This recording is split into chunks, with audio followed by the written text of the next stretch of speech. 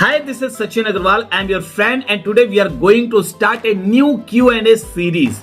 आज से हम एक नई सीरीज शुरू करने जा रहे हैं। जो भी आपके सवाल नेटवर्क मार्केटिंग से रिलेटेड हैं, आप मुझसे कमेंट सेक्शन में जाकर पूछते हैं। मैं एक एक करके उन सवालों के ऊपर वीडियो बनाकर आपको जवाब देने का प्रयास करूंगा ताकि आपको आगे बढ़ने में मदद मिल सके।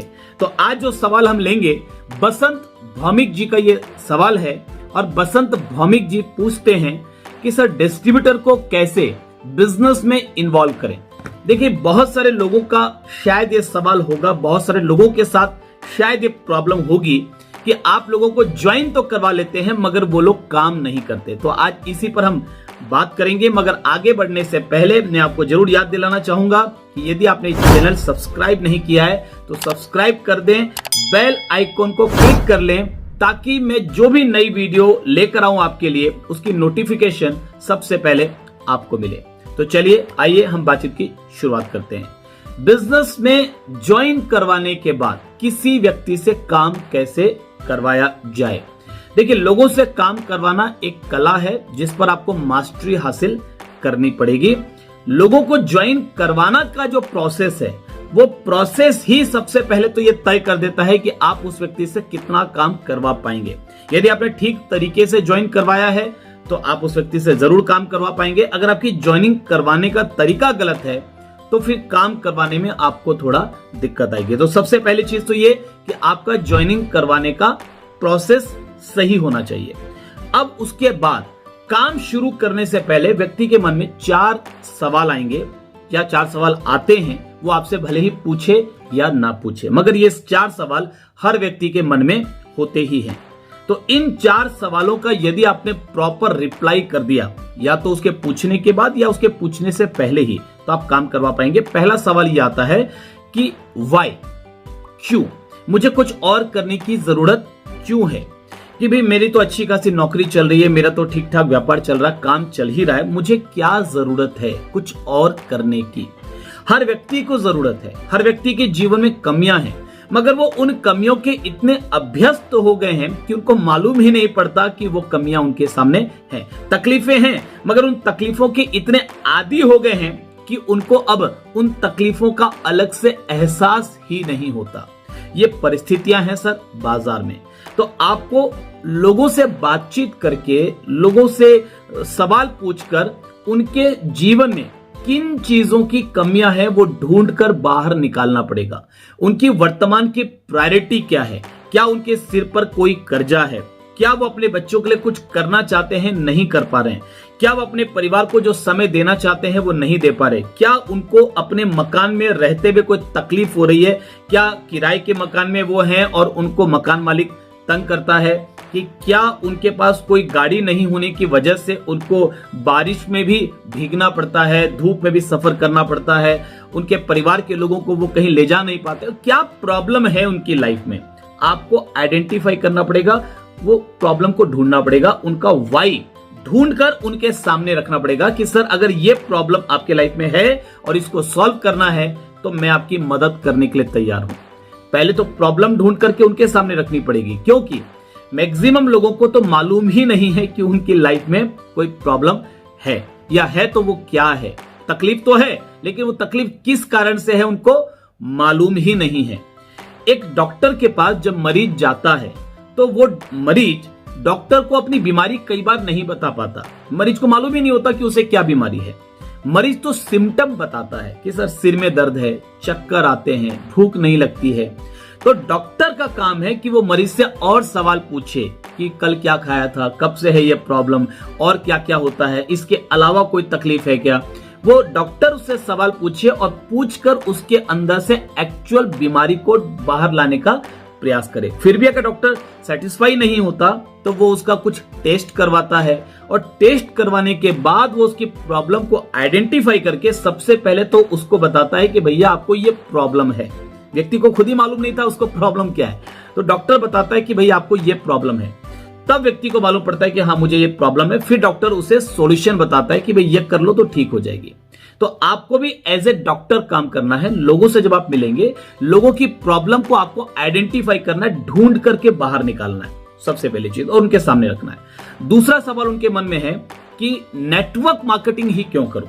तो नेटवर्क मार्केटिंग से रिलेटेड आपको कुछ आंकड़े उनके सामने में रखने हैं कि नेटवर्क मार्केटिंग लगभग 150 साल पुरानी इंडस्ट्री है।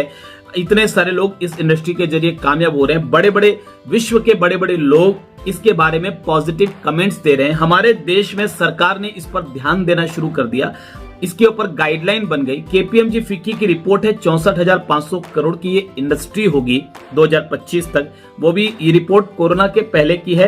कोरोना के बाद चीजें तेज हो गई हैं, तो शायद ये इंडस्ट्री 1.25 लाख करोड़ की होगी 2025 तक। तो ये सारे फैक्ट्स एंड फिगर उसके सामने रखिए ताकि उसको ये मालूम पड़े कि हाँ, नेटवर्क मार्केटिंग एक अच्छी चीज है। तीसरा सवाल उसके मन में आता है कि अगर नेटवर्क मार्केटिंग करना ही है तो भी मैं इन्हीं की कंपनी क्यों करूं, जो कंपनी आप लेकर आए हैं या जिसमें आपने उनको ज्वाइन करवाया है। ज्वाइन तो उसने कर लिया, क्योंकि ज्वाइन करने के लिए पैसे तो लगते नहीं है। कुछ प्रोडक्ट लेने थे, उसने ले लिया, ज्वाइनिंग हो गई। लेकिन ज्वाइनिंग करने का मतलब यह नहीं कि अभी उसने काम करने का डिसीजन ले लिया है।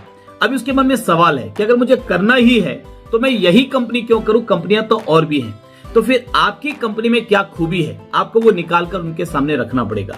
आपको वो सारे फैक्ट्स एंड फिगर रखने पड़ेंगे। आपके प्रोडक्ट में क्या खूबियां हैं, आपके प्रोडक्ट में क्या विशेषताएं, आपके प्लान में क्या विशेषताएं हैं, आपकी कंपनी किस इथिक्स, किस मोरल वैल्यूज पे काम कर रही है, आपके पास ट्रेनिंग सिस्टम, सपोर्ट सिस्टम किस तरीके का है, तो आपको ये चीजें दिखानी होगी।